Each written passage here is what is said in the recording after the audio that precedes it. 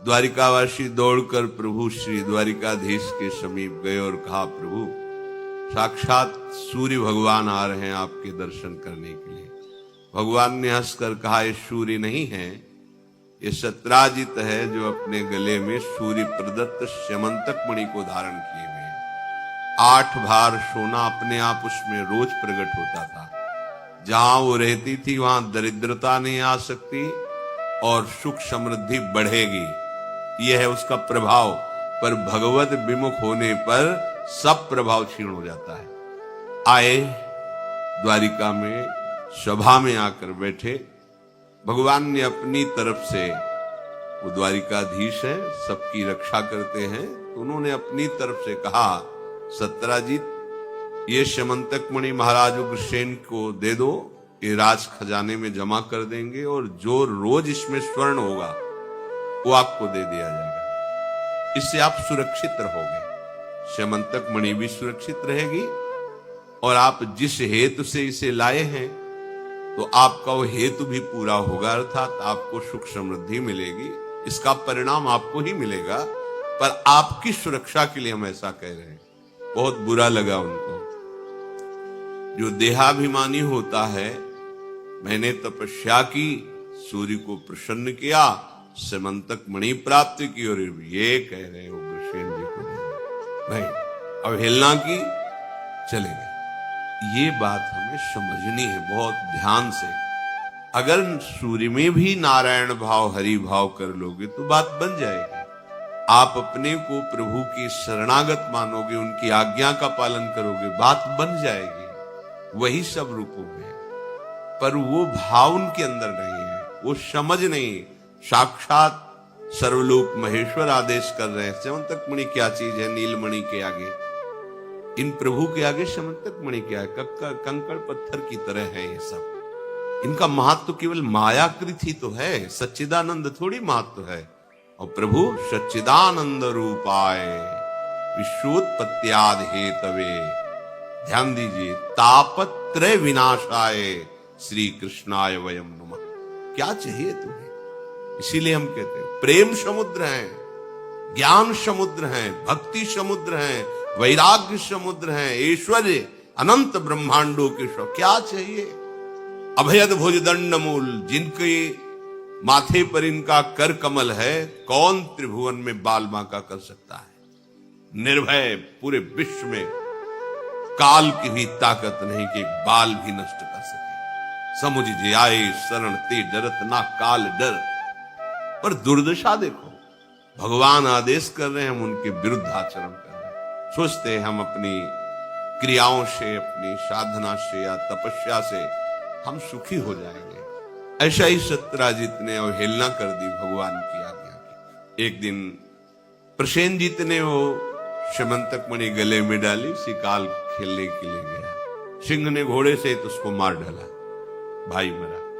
कई दिन वापस नहीं हुआ, उसने पूरी द्वारिका में निंदा शुरू कर दी। वो श्री कृष्ण ने कहा था ना, स्यमंतक मणि जमा कर दो, उग्रसेन के खजाने में मैंने जमा नहीं की, मेरे भाई का अपहरण कर लिया गया, स्यमंतक मणि चुरा ली गई।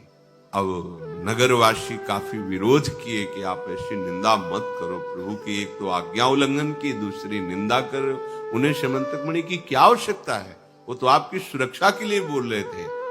पर उनकी समझ में नहीं आया। श्री भगवान कुछ विज्ञ जनों को, सम्माननीय जनों को, पदाधिकारियों को साथ लिया तो कहा, जब ये ऐसी बात कह रहा है तो इसको प्रमाण देना चाहिए।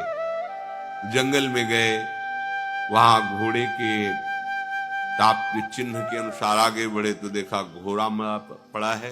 फिर आगे देखा प्रसेनजीत भी मरा पड़ा है और सिंह के पंजे हैं। समझ गए सिंह ने मारा है। फिर आगे जहां सिंह के पंजे के सहारे गए तो वहां एक गुफा थी और वहां सिंह मरा पड़ा था। सबको समझ में आ गया कि सिंह ने प्रसेनजीत को मारा, घोड़े को मारा, और सिंह यहां तक आया तो सिंह को किसी ने मारा। तो जिसने सिंह को मारा वही स्यमंतक मणि ले गया होगा। भगवान ने द्वारिकावासियों से कहा, आप गुफा के समीप खड़े रहिए, मैं अंदर जा रहा हूं, जब तक बाहर ना आऊं तब तक मेरा इंतजार करना। चले गए। देखा वहां जाकर के तो एक नौ किशोरी कन्या पुष्यमंतक मणि से खेल रही थी। दासी ने जे देखा चतुर्भुज अंग की कांति से संपूर्ण गुफा प्रकाशित हो रही, कमल नयन दिव्य शोभा, चीख पड़ी। चीख की आवाज सुनकर जाम्बवान जी निकले।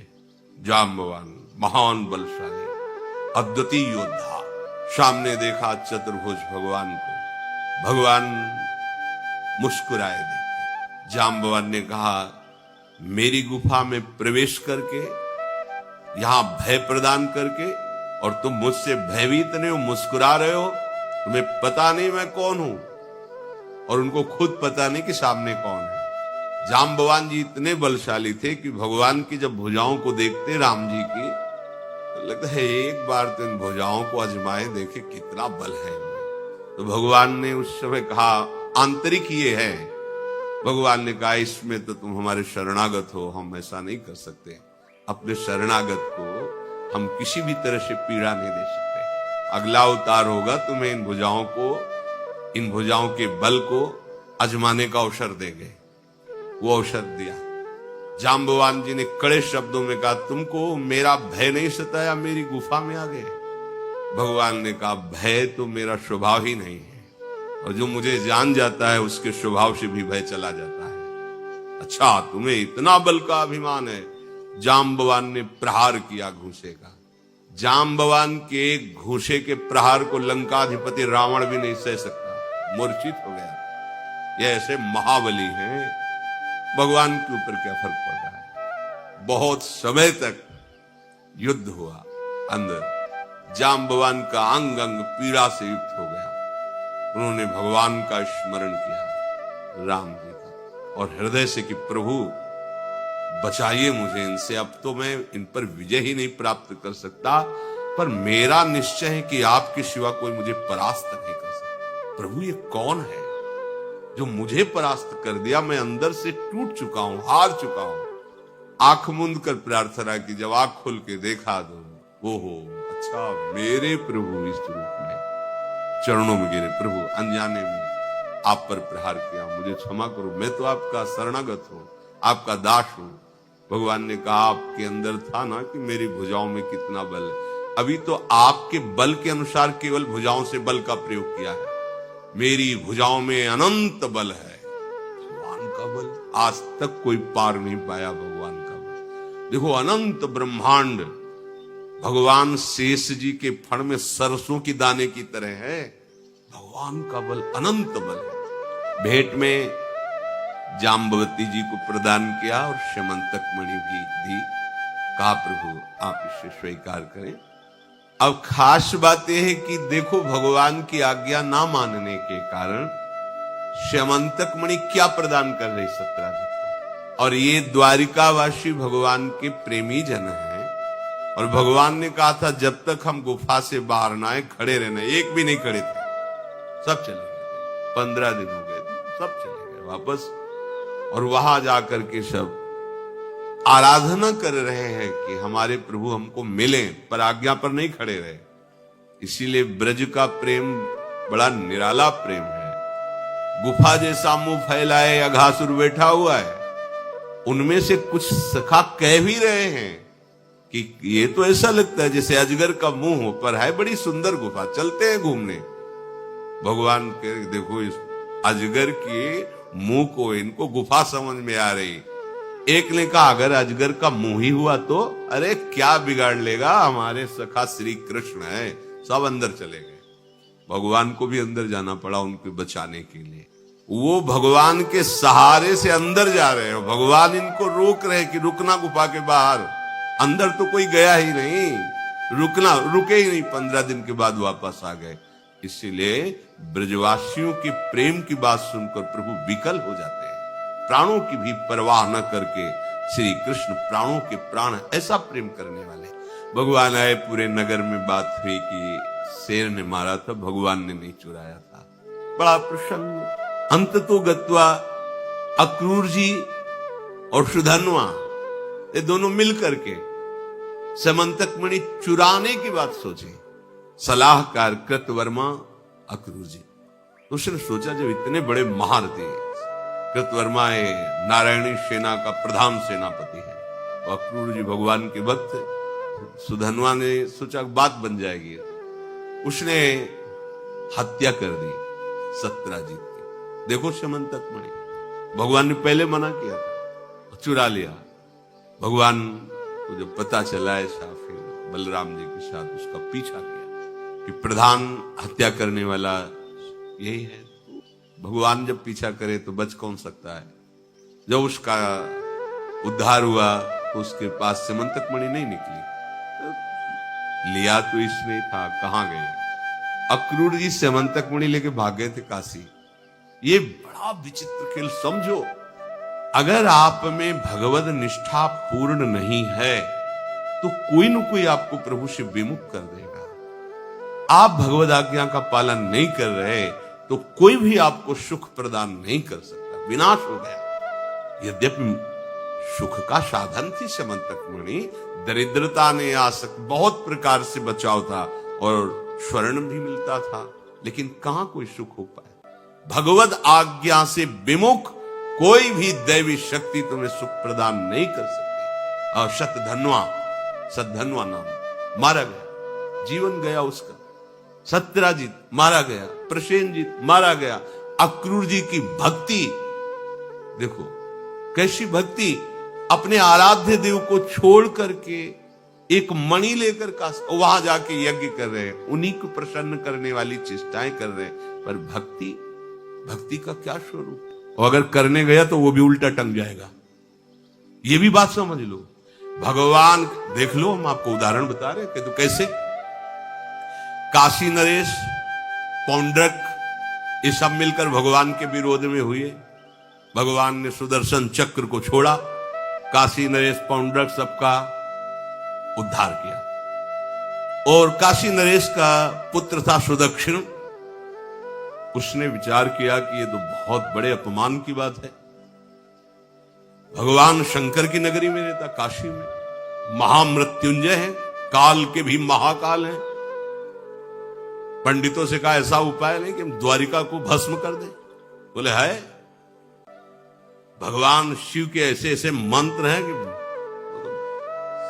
विनाशकारी भी तो है ना, वो बहुत सुंदर भी है।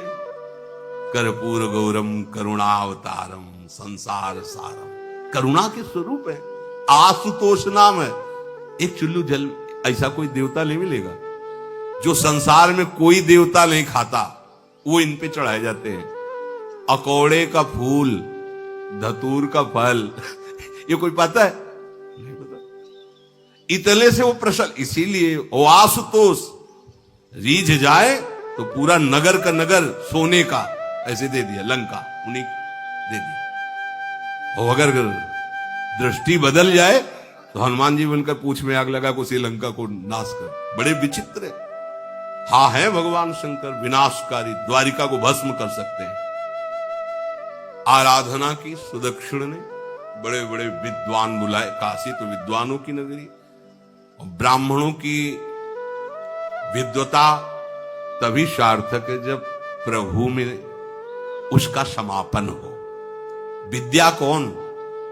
जो भगवान से मिला दे। अविद्या कौन? जो अहंकार माया में लगा दे। तो उन विद्वानों की ये समझ में नहीं आया कि किसके विरोध में मुझे अनुष्ठान में बैठालना है। बैठ गए, अनुष्ठान शुरू किया। तो मंत्रों में ताकत तो है ही। भयंकर कृत्या प्रकट हुई, विश्व का विनाश करने की सामर्थ्य रखने वाली। मंत्रों के द्वारा उसे प्रेरित किया, जाओ द्वारिकापुरी को ही भस्म कर दो। और ये पता नहीं था कि द्वारिकापुरी ब्रह्मा की बनाई हुई नहीं है।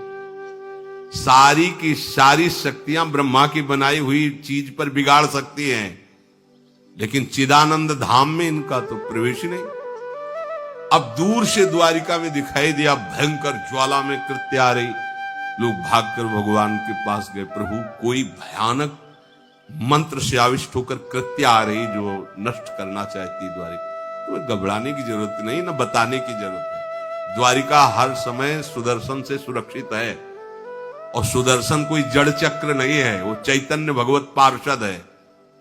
जब जहां जैसा अवसर आता है वैसा वो रूप रख लेते हैं। एक को मारना है तो 100 अरे वाले, हजारों को मारना है तो 1000 अरे वाले, और अगर पूरा सिस्टम विनाश करना है तो अनंत अरे वाले सुदर्शन चक्र हो जाते हैं।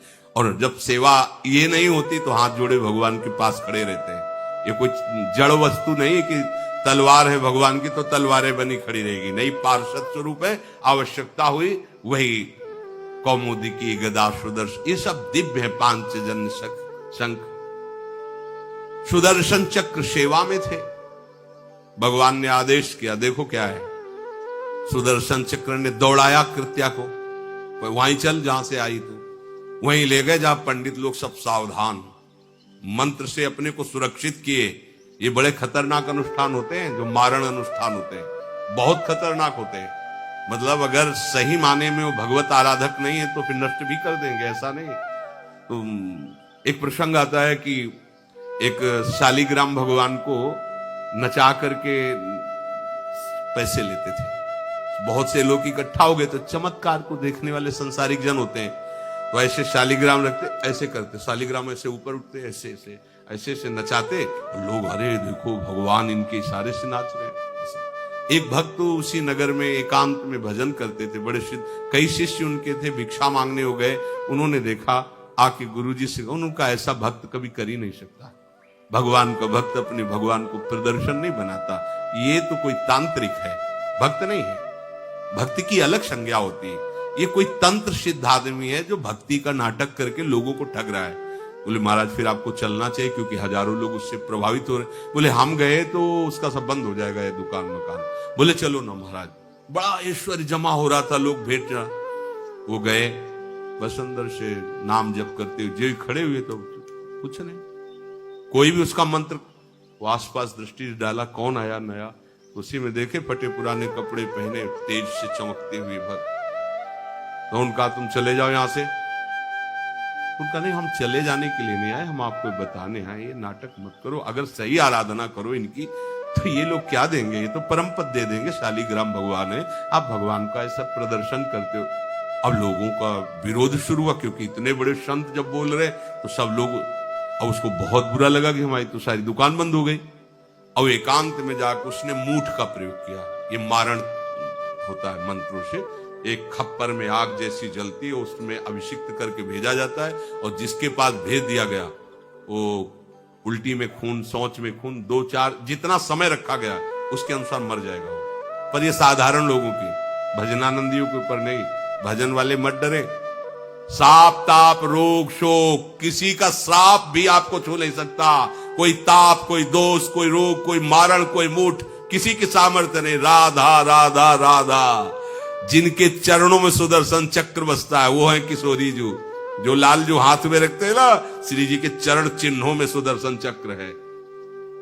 वो मूठ गई महात्मा की कुटिया के सामने, और बस जैसे मक्खियां भिनभिनाती ऐसी आवाज आई, बस वैसे नाच रही थी बाहर। तो वो डेहरी के पास आए और उनका, हमारे दृष्टि में भगवान की सिवा कोई नहीं, आप में भी भगवत शक्ति है, क्या आप ये नहीं समझते हैं कि निरपराध के लिए मारण किया गया है? हमारे में सामर्थ्य है, हम आपको अभी नष्ट कर सकते हैं। अरे भगवान के नाम में आप जाओ और उनको दंड दो। कोई मंत्र नहीं पड़े थे, मूठ वापस हुई और मुंह से खून, शौच से, उन्हीं के त्राहिमाम मच गया। फिर उनको लगा कि मुझे जाना चाहिए उसकी रक्षा के लिए। गए, भगवान नाम स्पर्श करते हुए इसे माथे पे हाथ, सब शांत हो गए। बोले अब अवसर हम दे रहे हैं, अब नाम जप कर लो, नाटक बंद। उस चरणों में गिरा, उसी दिन शिष्य बन गया। तो सुदर्शन चक्र ने कृत्या को नष्ट नहीं किया, वहां द्वारिका में दौड़ाया। जब काशी पहुंची, काशी भगवान विश्वनाथ जी के त्रिशूल में बसी हुई है और शिव की दृष्टि से सुरक्षित है। जो वहां श्रद्धा पूर्वक वास करे उसका मोक्ष अनिवार्य है, तारक मंत्र देकर शिव करते हैं। पर उस कृत्या को सुदर्शन ने नष्ट किया, और जितने ब्राह्मण थे सबका राधे राधे, और पूरी काशी में आग लगा दी। विश्वनाथ जी मुस्कुराए, नाराज थोड़ी, क्योंकि विश्वनाथ जी ने कह दिया था यदि ब्राह्मण विरोधी कोई है तो हमारा ये मारण काम कर जाएगा। उनको ये समझ में नहीं आया कि नमो ब्रह्मणे देवाय भगवान का नाम है, वो जानते थे। तो कोई भी भगवत विरोध भाव लेकर के किसी भी देवता की आराधना करके कुछ नहीं होने वाला। किसी भी देवता को। एक तांत्रिक बहुत वो संतों को परेशान करता था, धर्म सम्राट स्वामी श्री करपात्री जी महाराज, ये बहुत पुरानी बात नहीं है। उन्होंने संतों ने आगे बताया कि बहुत अपमान कर देता है। वो कहा ठीक, गए, हाँ भाई शुरू हो जाओ तुम, जितना तुम्हारे पास तंत्र है हम एक भी मंत्र नहीं बोलेंगे, दंड लिए हुई हम एक भी मंत्र नहीं बोले, हम केवल खड़े हैं, तुम प्रयोग करो। वो जो उसके तंत्र के प्रयोग, नारायण नारायण नारायण नारायण, कुछ बोले अब हम प्रयोग करें। तो उठा, साष्टांग दंडोत हुआ, बोले आप धर्म सम्राट करपात्री जी हैं क्या? क्योंकि इतनी सामर्थ्य केवल उन्हीं में है जो मुझे रोक सके दूसरे। बोले बंद कर दो, दोबारा शिकायत नहीं आनी चाहिए हमारे पास। तंत्रों में बड़ी सामर्थ्य होती है, लेकिन भगवान में अनंत सामर्थ्य होती है, अनंत सामर्थ्य होती है। इसलिए हमें कभी भी प्रभु से विमुख होकर कोई भी देवता बचा लेगा ऐसा सोचना भी नहीं कि हम किसी की आराधना करके, ऐसा नहीं, वही आपको नष्ट कर देगा। सूकर श्वान श्रृगाल सरिस जन, जनमत जगत जननी दुख लागी। ए काहे को ऐसी गालियां सुनोगे? ये गालियां है, ये सुअर कुत्ता की तरह जीवन व्यतीत करते हो। धिक्कार तुम्हारी मां को जो तुम्हारे जैसा पुत्र जन्मा। अपनी इंद्री की पुष्टता के लिए दूसरों को मार देते हो, चाहे रसेंद्री चाहे जनेंद्री। इंद्रियों की पुष्टता के लिए जानवर जैसा बर्ताव करते हो। कैसा तुम्हारा जीवन है? केवल एक क्षण के सुख के लिए दूसरे को जला दिया, काट दिया, मार दिया। चाहे रसेंद्री का सुख चाहे जनेंद्री का सुख, एक क्षण के सुख के लिए उसका गला काट दिया, उसको रांध के खा रहे हो, उसके साथ भोग किया, उसको काट के फेंक रहे हो, उसको जला रहे हो। क्या तुमसे तो अच्छा सुअर कुत्ता है कि वो अपनी योनि के अनुसार बर्ताव कर रहा है। तुम मनुष्य योनि होकर ऐसे गंदे काम करते हो। सुधर जाओ, नहीं तो आगे सुधरने का अवसर नहीं। ये मनुष्य जन्म है, सुधर करके सबको सुख प्रदान करने वाले बनो, सबको आनंद देने वाले बनो, तो तुम स्वयं सुख समुद्र हो जाओगे, तुम आनंद समुद्र हो जाओगे। श्री राधा वल्लभ लाल।